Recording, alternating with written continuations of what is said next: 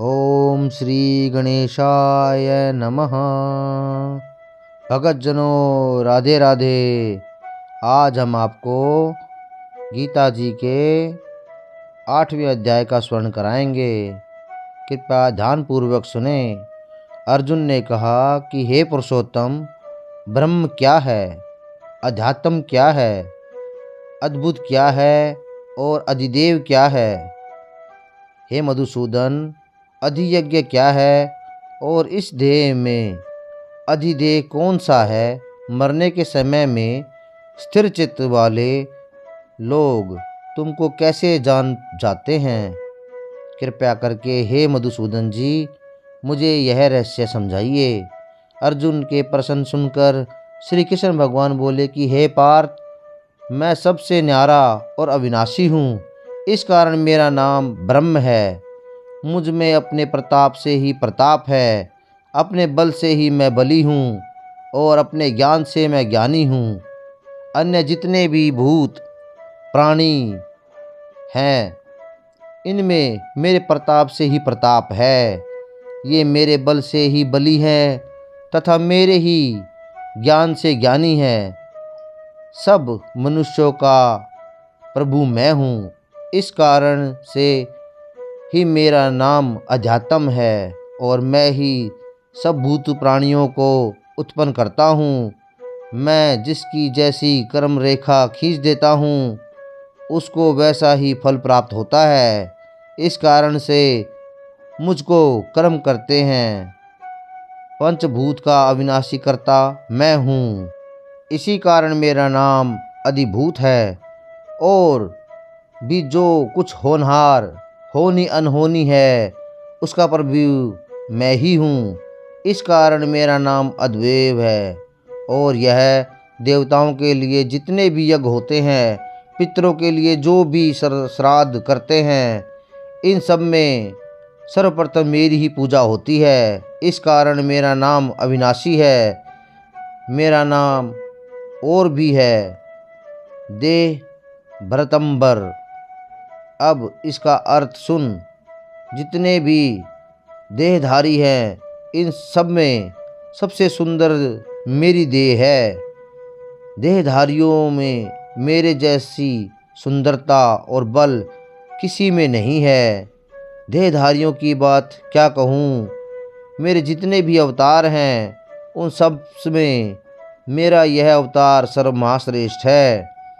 इसी कारण मेरा नाम देह भरतंबर है। और जो अंतकाल में मेरा स्मरण करते हुए देह त्यागते हैं, वे मेरे ही परमानंद अविनाशी पद को प्राप्त होते हैं। इसमें तनिक भी संदेह नहीं है। हे पार्थ, अंत समय में मनुष्य जिसका स्मरण करते हुए देह त्यागता है, वह उसी को पाता है। अतः तुम मुझ में ही मन को लगाकर मेरी ही स्मरण करते हुए संग्राम करो। तुम निसंदेह मुझको आ मिलोगे। हे पार्थ, अभ्यास रूप योग से युक्त है। दूसरी ओर न जाने वाले मन से सदा चिंतन करता हुआ पुरुष परम और दिव्य पद को प्राप्त होता है। अतएव जो अंत समय में मन को एकांत कर भक्ति पूर्वक योगाभ्यास के बल से दोनों भवों के मध्य भाग में प्राण को चढ़ाकर सर्वज्ञ अनादि संपूर्ण जगत के नियमता सूक्ष्म से ही सूक्ष्मतर सबके पोषक अचैतन्य स्वरूप सूर्य के समान प्रकाशवान तमोगुण से रहित परम पुरुष का ध्यान करता है, वह उसको मिलता है। वेद के जानने वाले जिसको अक्षर करते हैं, वीतराग होकर सन्यासी जिनमें प्रवेश करते हैं, तथा जिसको चाहने वाले ब्रह्मचर्य का आचरण करते हैं। इस परम पद को तुमसे संक्षेप में कहता हूँ। जो सब इंद्रियों द्वारों को रोककर मन को हृदय में धारण कर प्राण को मस्तक में ले जाकर समाधि योग में स्थित ओम इस अक्षर का उच्चारण करता है, हुआ देह त्यागता है, उसे मोक्ष रूप उत्तम गति प्राप्त होती है। हे पार्थ, जो मुझ में ही मन लगाकर नित्य प्रति मेरा स्मरण करते हैं, उन सदैव स्मरण करने वाले योगियों को मैं बहुत सुलभ रीति से प्राप्त होता हूँ। मुझको प्राप्त होने पर परम सिद्धि को प्राप्त करने वाले महात्मा गण यह जन्म धारण नहीं करते, जो नाशवान और दुख का घर है। हे पार्थ, ब्रह्मलोक पर्यंत जिनके लोक हैं, वहाँ से लौटना पड़ता है, परंतु मुझ में मिलने से फिर जन्म नहीं होता। 1000 महायुगों का एक दिन होता है और 1000 महायुगों का एक रात्रि ब्रह्मा की होती है। जो इसे जानते हैं वह सब ज्ञाता हैं। ब्रह्मा का दिन होने पर अव्यय से सब व्यक्तियों का उदय होता है और रात को उसी में लय होता है। हे पार्थ, समस्त चराचर वस्तुओं का यह समुदाय दिन में बार बार उत्पन्न होकर रात्रि में आगमन में लीन हो जाता है। इस अव्यक्त से परे दूसरा सनातन अव्यक्त है, जो इन सबके नष्ट होने पर भी कभी नष्ट नहीं होता। उस अव्यक्त को ही अक्षर कहते हैं। वही परम गति है, जिसको प्राप्त करके फिर संसार में नहीं जन्मते। वही मेरा परम धाम है। हे पार्थ, जिसके अंतर्गत सब प्राणी हैं और जिसने उस समस्त जगत का विस्तार कर रखा है, वह श्रेष्ठ पुरुष अनन्य भक्ति से ही मिलता है। हे भारत श्रेष्ठ, जिस काल में योगीजन देह छोड़कर फिर नहीं लौटते हैं और जिस काल में अग्नि प्रकाश और दिन शुक्ल पक्ष को ऐसे उत्तरायण में 6 महीने में मृत्यु को प्राप्त होते हैं, कृष्ण पक्ष दक्षिणायन में 6 महीने इनके मध्य गमन करने वाले चंद्रमा की ज्योति को पहुँचते हैं और लौट आते हैं। हे पार्थ, संसार को चलाने वाले शुक्ल और कृष्ण नाम की 2 गतियाँ हैं। एक से आने पर फिर लौटना पड़ता है और दूसरी पर फिर लौटना नहीं होता।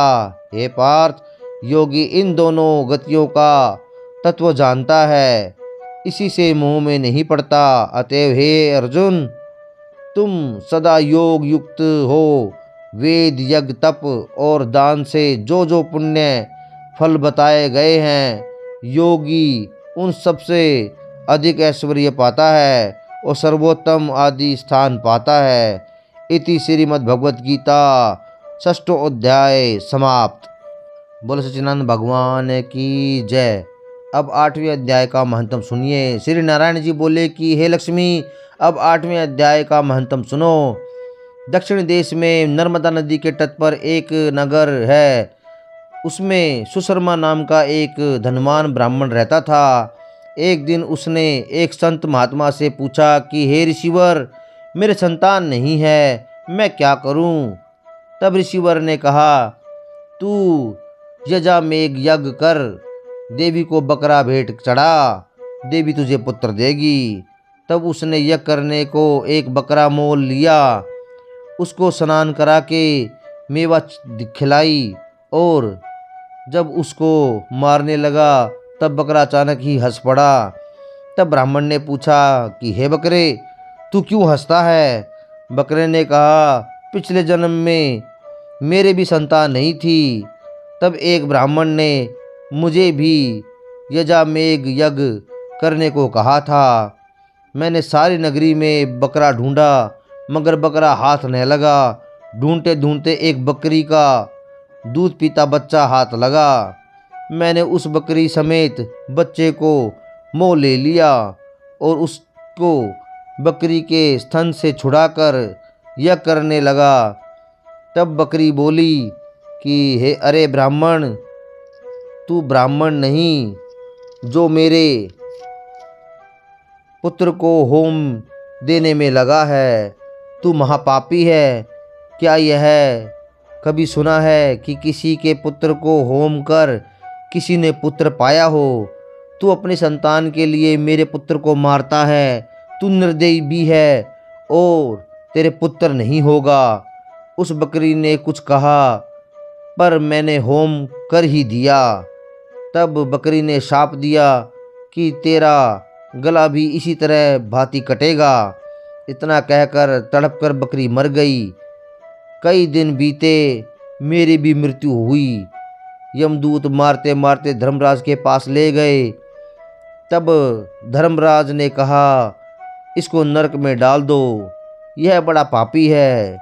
उसके बाद मैं वानर आदि कई योनियों में जन्म लेकर भयंकर कष्ट भोगता रहा। अब बकरे का जन्म हुआ, तब मुझे एक बाजीगर ने मोह ले लिया। सोचा कि अब सुख पाऊंगा, मगर तब तू छुरी लेकर मारने लगा। तब ब्राह्मण ने कहा कि हे बकरे, तुझे भी जान प्यारी है। अब मैं अपने नेत्रों से देखी हुई कहता हूँ, कुरुक्षेत्र में चंद्रसूर सुशर्मा नामक राजा स्नान करने आया। उसने ब्राह्मण से पूछा, ग्रहण में क्या दान करूं? उसने कहा कि हे राजन, काले पुरुष का दान कर। तब राजा ने काले लोहे का पुरुष बनवाया। नेत्रों की जगह लाल जड़वा सोने के आभूषण बनाकर तैयार किया। तब वह काला पुरुष कह कह शब्द करके हंसा। राजा डर गया कि कोई बड़ा अवगुण है जो लोहे का पुरुष हंसा। तब लोहे के उस काले पुरुष ने ब्राह्मण को कहा कि हे ब्राह्मण, तू मुझे लेगा? तब ब्राह्मण ने कहा, मैंने तेरे सरीखे कई पचाए हैं। तब काले पुरुष ने कहा कि तू मुझे इस कारण बता जिस कारण से तूने अनेक दान पचाए हैं। तब विप्र ने कहा, जो गुण मेरे में है सो मैं ही जानता हूँ। तब वह काला पुरुष कह कह शब्द कर फट गया। उसमें से एक कालिका की मूर्ति निकल आई। तब विप्र ने श्री गीता जी के 8वें अध्याय का पाठ किया। उस कालिका की मूर्ति ने सुनकर देह पलटी। जल की अंजलि भर के उस विप्र ने मूर्ति पर जल छिड़ककर जल के छींटते ही तत्काल उसकी मुक्ति हो गई। बोल सच्चिदानंद भगवान की जय। श्रीमन नारायण नारायण हरि हरि बोलो, नारायण नारायण हरि हरि। गोविंद बोलो, गोपाल बोलो, राधा रमण हरि गोविंद बोलो। बोलो जय जय श्री राधे।